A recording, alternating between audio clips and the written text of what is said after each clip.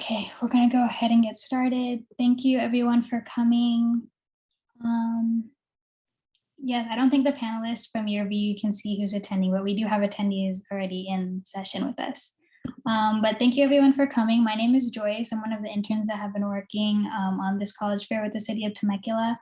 So how this is going to go is we're going to do some introductions from the representatives that we have here today. And then later we'll be going out into breakout rooms so that you guys can ask questions for Q&A. Please feel free to use the chat function to ask any questions during the introductions or if you have any comments. And with that, we'll go ahead and get started. So first up, if I could please have the representative from the U.S. Naval Academy. Yes, thank you, Ms. Navarro. You just want me to introduce myself? Yes, please introduce yourself, and then if you could please get into your introduction about the Academy. Okay, well, I have a PowerPoint, which I'm going to show. I guess I'll save that for the breakout room. Oh, you can show that here. The breakout rooms are for the Q&A portion. Oh, okay, let me go ahead and share screen.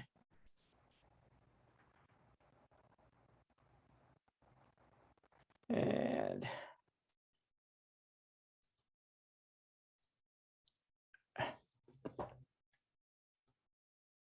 okay, everybody see that okay? Yes. Okay, very good. United States Naval Academy. Okay, how does this thing work? Here we go. Here we go. Okay, who are we? Okay, Naval Academy, just some basic facts. It is everyone who attends the Academy is on a 4-year scholarship. All room and board are paid for. In addition, all midshipmen, and that's what we call students, midshipmen, receive about a $1,100 stipend each month, of which they will see very little.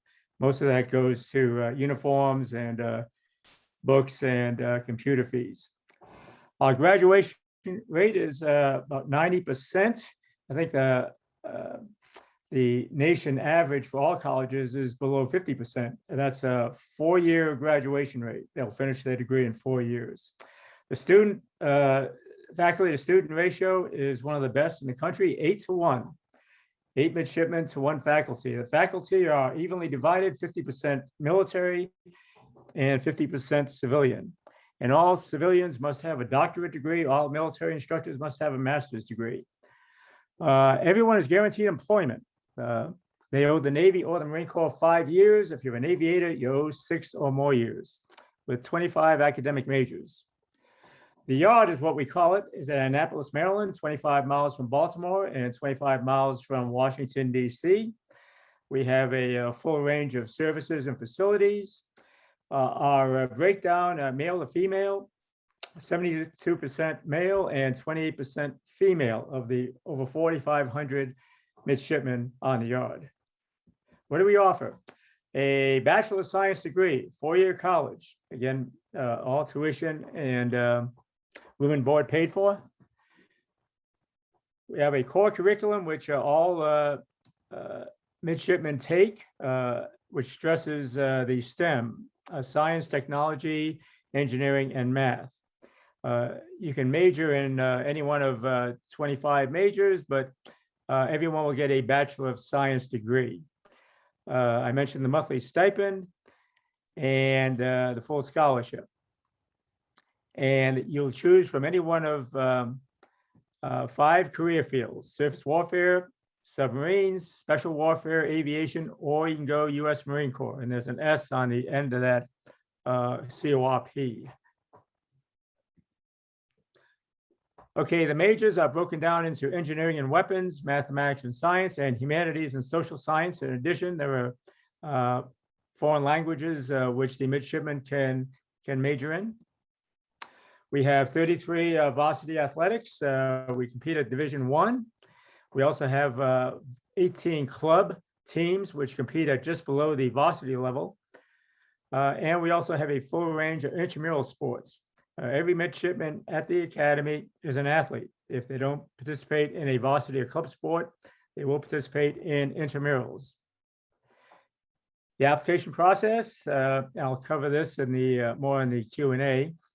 The candidate must provide a preliminary application, and there are 4 questions that must be answered on that application. Once that is accepted, you will be given a candidate number, and you may start the online application.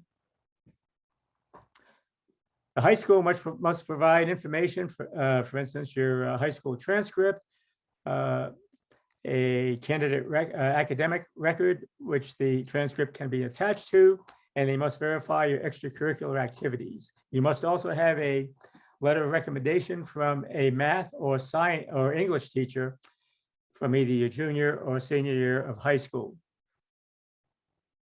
And there's no application fee. Okay, we usually get about 16,000 preliminary applications. Official candidates will become about 12,000.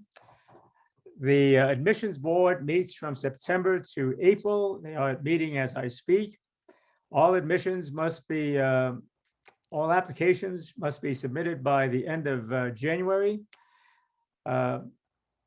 Nominations, no applicant can get into the academy without a nomination from a congressman, senator, vice president, or several other nomination sources. The nomination sources are all found on the academy website.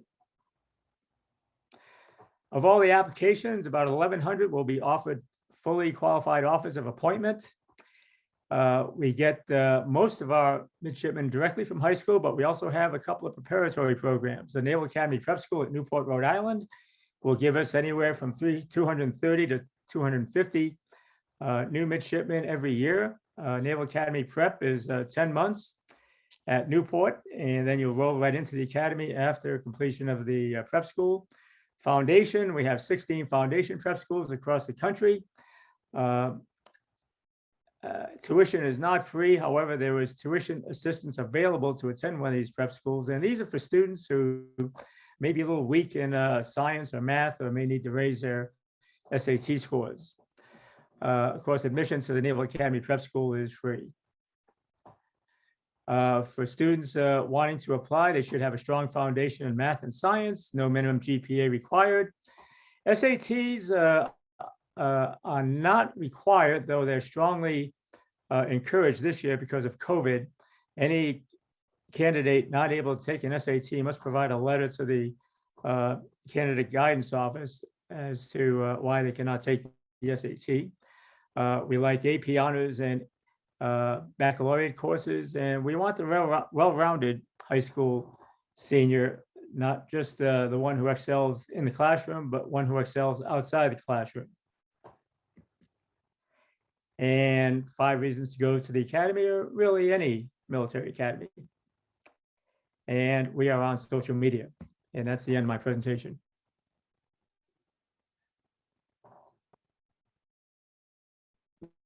Thank you so much. Next up, can we have the rep from the U.S. Air Force Academy? Hello, my name is Lieutenant Colonel Chris Bell, and I'm a 1991 graduate of the Air Force Academy. Colonel Bishop summed it up very well. So my briefing is much more brief because I was really worried about the 1-minute summary. So I'm going to share just some slides with you here real briefly. Get this set up into the slideshow. Okay, so we are the United States Air Force Academy. We are located in Colorado Springs, Colorado, at 7,258 feet, far, far above that of West Point or Annapolis. And why that's important? Because you're in SoCal looking at military academies. This is not going to be close to home, and the weather is going to vary greatly. But it's a very unique opportunity and a wonderful opportunity for both academics and your military career if you decide to pursue that. This is what you'll see when you log into our website, academymissions.com. Basically, it will lead you through all the steps of why the academy, how can you prepare, and how do you apply. And I know you might see the video bar up in the top right corner, but it does say apply now. That is where you start our process. You can start this process as early as March 15th of your junior year, but you do need to be eligible. So some things that I didn't hear Colonel Bishop, and I might have just missed it, pointed to this. You need to be a U.S. citizen, unmarried with no dependents, and at least 17 years old, but not 18 past your 23rd birthday. That doesn't affect a lot of people until we start looking at maybe prior enlisted people who are applying. And because we have a large audience that may be going to this college fair, that might apply. Just like Naval Academy, we have, we have 32 academic majors, 27 Division I athletic teams. Usually we admit about 1,200. I know the slide says 1,113 freshmen every year, but it depends on our acceptance rate and who leaves the academy over the 4-year experience. So we are limited by Title 10 to 4,400 cadets on the cadet campus at any one time. And we are the youngest of the service academies. So we only have 67 years of tradition, but if you do choose to compete for the Air Force Academy appointment, you will not be disappointed with your choice. All right, this pre-candidate questionnaire that you can start your junior year, it does open March 15th. It does close December 31st of your senior year. You do need to have some information. It's here in the slides. And of course, if you go on our website, you'll see that as well. This year, we are requiring the SAT or ACT, or at least the PSAT if you took it. Of course, I'm sure you can reach out to our admissions department if you are unable to because of COVID reasons. But this year, we're making a stand that they are trying to actually have scores for admissions consideration. Once you submit this, and if we determine that your scores and grades and activities meet our minimum requirements, they will move you to the candidate phase on July 1st in between your junior and senior years. These are just to take a look at our majors and minors that are available at Air Force Academy. They do change every so often. And the biggest difference between applying to a service academy for college as opposed to a civilian college is that you are, instead of just the application that you will have many parts that you have to apply, there is also a nomination through your congressperson, whether it be your local representative, your 2 senators. If you have military in your family, of course, if your mom or dad has served over 8 years, you may apply for a presidential nomination, but there is also a physical fitness requirement and a medical requirement that you have to complete to be fully eligible to apply to a service academy. All right, and with that, I will stop sharing my screen. I'll leave the rest for breakout room.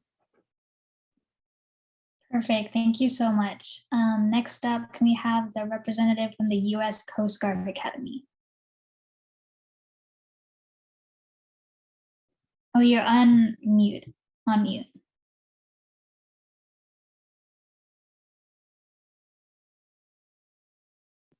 Sorry about that. My name is Kevin, and I'm one of the parent partners with the United States Coast Guard Academy. And I'm actually, there's a benefit to going third. My presentation will even be a little bit shorter because a lot of what I would be sharing with you is very similar to what the Naval Academy and also the Air Force Academy have said. So let me just share with you a few of the things that makes the United States Coast Guard Academy a little bit different than the other academies. We are one of the smallest of the 5 academies. There's a debate between Merchant Marines and Coast Guard as to actually who is the smallest.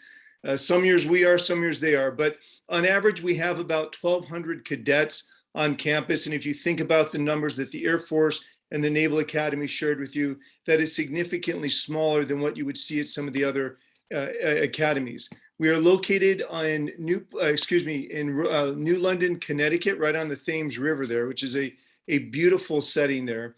We have about 38% of the cadets are females and 36% are underreported minority students.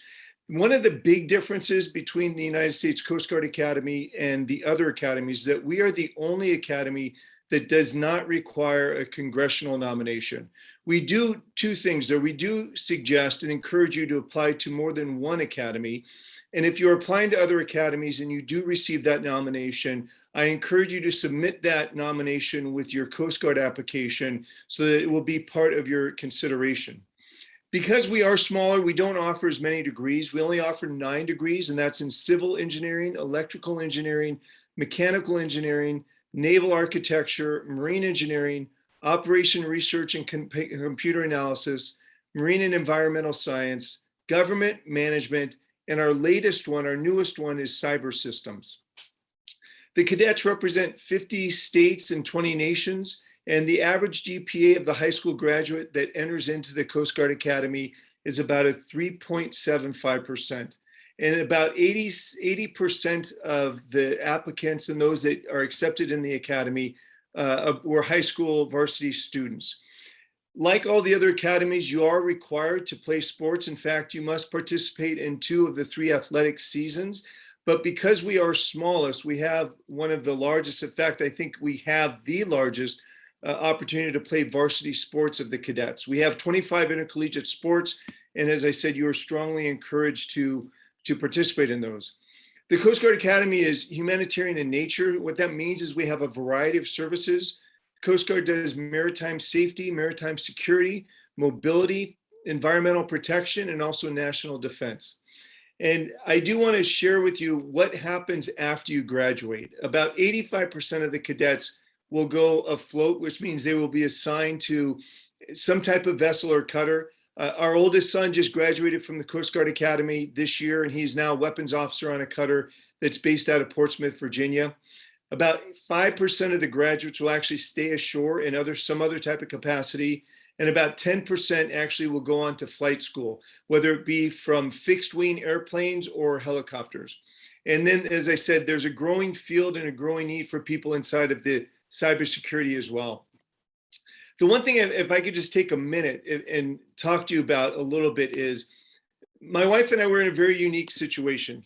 You're going to hear from all the academies that they are the best academy. And I will say that they are absolutely the best academy. But it doesn't mean that they are the best academy for you. I was just sharing with Lieutenant Bishop that I liked his backdrop because in the same year, we said congratulations to our oldest son who graduated from the Coast Guard Academy. And then a month later, we delivered our youngest son to the Naval Academy as he entered his career there. And so just because it's a good academy for another person, it doesn't mean it's the right academy for you. So I really encourage you to explore all the academies, apply to all the academies, and really see which one is the best fit for you. Our youngest son was accepted to both the Coast Guard and Naval Academy, but he really felt the Naval Academy was the best for him. And the last thing I would leave you with is don't get discouraged. If you really want this, don't give up. Our youngest son had to go through a medical disqualification and had to fight that. He was assigned to NAPS and spent a year in Rhode Island, Newport, Rhode Island, but that was the right course for him. And so if you want it bad enough, do not give up, work hard, and your work will pay off when you get to go to the academy that you want. So I'll leave the rest for the Q&A also. Thank you so much. And next up, we have the rep from the Navy. Good morning. Oh, sorry. Go ahead, Petty Officer Dixon. Go ahead. Good morning. I'm Petty Officer Dixon, the local Navy talent scout for Temecula area. I'm going to be using most of my PowerPoint actually for the breakout Q&A session.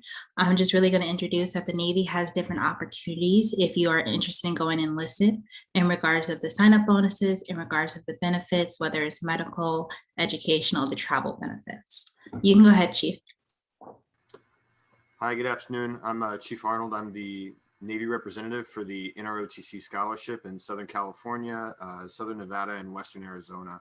So the Nrotc Scholarship is it's a really great program. The academies are great, and they do offer you a cultural experience that you can't find anywhere else. But if what you're looking for is more of a traditional college experience, we partner with over 166 different schools, providing full tuition with everything that would entail. Our room and board thing is kind of be case by case, but you get a chance to go to top level schools like MIT, like Stanford. These are great institutions. So we offer a career path into 5 unrestricted line communities. Your eligibility is going to be a 2.75 GPA out of 4.0 with at least a 2.0 in Algebra 2 or higher. And again, if we start, in the breakout room, we can go into more details on that. Our season is open from the 1st of April this year until 31 January of 2022. And then just to kind of give you an overview, we see about 5,100 to 5,200 applications per year. Out of those, the selection rate is around 17 to 18%. So it is a very competitive scholarship. Here in Southern California, we have a pretty good track record. We average around 200 submissions a year with about a 50% acceptance rate, right? Or selection rate, I should say. So that puts us well above the average. We know what we're doing over here, and we want to help you with your application to give you the most competitive look possible. With all that being said, I will save the rest for individual questions and the breakout room. Thank you. Thank you both so much. Next up, can we please have the representative for the Air Force? Hi, how's it going? I really want to appreciate Joyce for inviting me out. My name is Technical Sergeant Richard Tuttle. I'm with the Air Force Recruiting Office out in Temecula. And as far as the Air Force goes, we offer a lot in terms of education benefits, travel benefits, along with job experience that employers are looking for. I can tell you personally that I am 3/4 of the way through my computer science degree and bachelor's, and I've spent $0, 0 cents on my schooling, on books and all that stuff. The average student, normal college student, not the academies. The academies are great. I've had a lot of friends that have gone through them, but the average student sees about $30,000 to $40,000 a year in student loans by the time they graduate. And I will leave the Air Force with a master's degree, spending $0 on it. So we have a lot of great opportunities for travel, for employment, for jobs that you start earning credits for your college degree day one. Those are regionally accredited credits that can transfer to any regionally accredited school. I do have a presentation. I'll save it for the breakout rooms. But again, like I said, I'm Technical Sergeant Richard Tuttle, and the Air Force has a lot to offer. Thank you so much. And last but not least, can we please have the representative for the Army? Hey, how you doing, everyone? My name is Sergeant First Class Castillo. I'm the Station Commander for the United States Army Recruiting Office here in Temecula. I will save most of my brief for the breakout room, but I will say we have 160 plus MOS career options that you would like to go into. I know for myself, I enlisted as an infantry soldier and wanted to become an IT technician, and received my master's degree while on duty, and was still able to pull all that off with 3 deployments under my belt at this time. We're really excited to help anyone that wants to know about active duty and the reserves and how we can help you pay for college and even walk you into the United States Military Academy at West Point through a scholarship, even while on duty.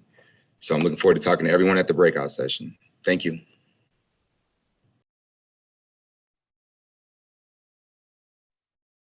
Awesome. Thank you, everyone. Thank you to all our panelists for those presentations. Now we'll be going into the second portion, which is the breakout rooms for a Q&A. These are unmoderated, so we do ask that our students please be respectful to the panelists. Please use the chat function and unmute yourself if you feel comfortable. I will be posting the links for the breakout rooms into the chat. And so if you could please jump into those for the Q&A.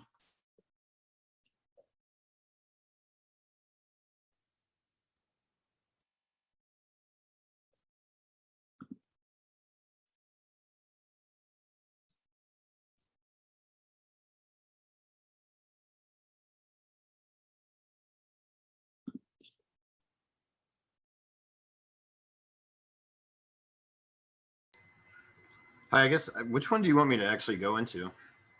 I'm the scholarship one. Do you want me to go into the session breakout 1 or breakout 2? Whichever actually you feel most comfortable with. So which branch were you from? I'm Navy. Yeah, so if you feel more comfortable with going Paul Bishop in the Naval Academy or with the recruiter, it's up to you. I'm going to go into the Naval Academy one. Okay, sounds good. All right, thank you. Thank you.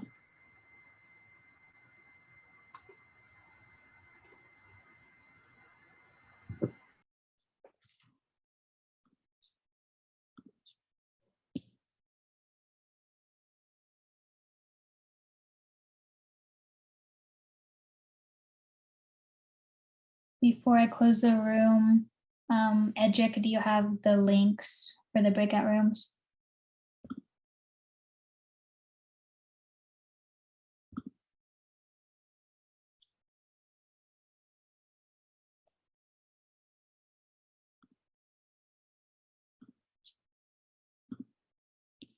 I put them in the chat. Did you see that? I can resend it.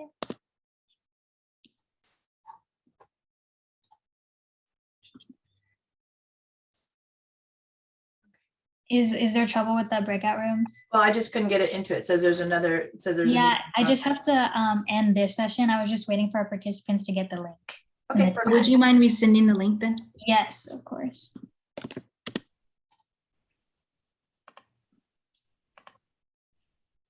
Then Edric, I put the links in the chat so you can join whichever one you want.